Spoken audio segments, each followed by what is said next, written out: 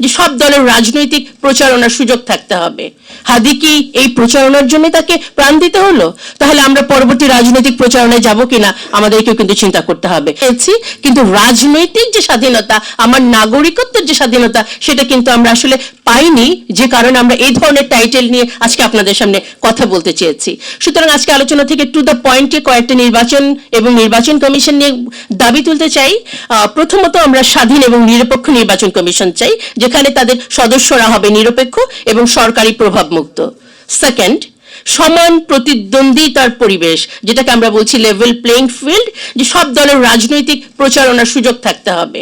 হাদি কি এই প্রচারণার জন্য তাকে প্রাণ দিতে হলো? তাহলে আমরা পরবর্তী রাজনৈতিক প্রচারণায় যাব কিনা আমাদেরকে কিন্তু চিন্তা করতে হবে। ভোটারদের নিরাপত্তা দিতে হবে এবং সেটি ভয়ভীতি যেন না দেখানো হয়, এবং মানে নিরাপত্তা, ভোট দিতে যে আমি যাবো সেটি যেন আমি সুস্থ অবস্থায় ফেরত আসতে পারি। গোপন ব্যালট বাক্স তো থাকে, সেটি যেন প্রকৃতই গোপন থাকে, এবং সঠিক ভোটার তালিকা।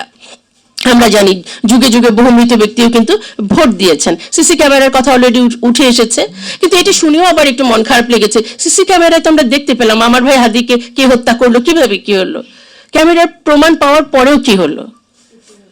হতাশ হতে চাই না, আমরা আশাবাদী হতে চাই। আমরা সহিংসতা মুক্ত পরিবেশ চাই, নির্বাচনের আগে, নির্বাচনের সময় এবং অবশ্যই নির্বাচনের পরে।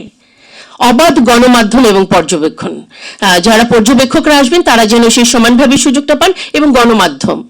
দেখেন আমরা 5ই জুলাই মানে আন্দোলনের পরবর্তী যে বিজয়, আমরা মিডিয়াতেই দেখলাম কিভাবে করে মিডিয়া দখল হয় একেবারে, এবং কারা করলেন সেটিও দেখলাম।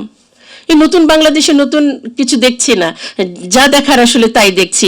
সেদিনও আমি বলেছিলাম যে 30 বছর ধরেই আমি স্বাধীনতাটাকে খুঁজছি না, আমার বয়স 50, 55, 60, আমাকে কি একই কথাই বলে যেতে হবে? আচ্ছা, ফলাফল গণনায় স্বচ্ছতা চাই, সেই আবারও সেই এটি যে দায়বদ্ধতা যেন থাকে। আইনের শাসন তো আমরা চাই, যে নির্বাচনী আইন মেনে যেন নির্বাচনটি হয়, এবং যদি কেউ অপরাধ করে দ্রুত তার সাথে শাস্তিটি যেন পায়।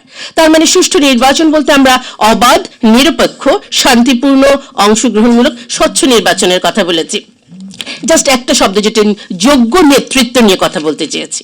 তাহলে যোগ্য নেতৃত্ব বলতে আমরা আসলে কি বোঝাচ্ছি? অলরেডি অনেকগুলো পয়েন্ট এসছে, আমি খুব অল্প দিয়ে একটা পয়েন্টই বলি, কারণ আমরা এখন পর্যন্ত যোগ্য নেতৃত্ব পাই নাই বলেই বলছি যে আমরা চাই যোগ্য নেতৃত্ব। যিনি সৎ হবেন তার কথায় এবং কাজে, যিনি শপথ রক্ষা করেন এবং জনগণের কাছে জবাবদিহি করেন, যিনি দুর্নীতি করেন না এবং দুর্নীতি প্রশ্রয় দেন না, যিনি বাংলাদেশকেই একমাত্র স্থায়ী ঠিকানা হিসেবে ব্যবহার করেন, সেকেন্ড হোম হিসেবে অন্যান্য দেশে তার বাড়ি থাকে না, যিনি রাষ্ট্রের দায়িত্ব গ্রহণ করেন, ক্ষমতা হাতে নেন না, যিনি দেশপ্রেমিক, আধিপত্য বিরোধী এবং দেশকে বিক্রি করে দেন না। এগুলো হলো আলোচনার পয়েন্ট। আমি এবার ছোট করে সামারি করছি।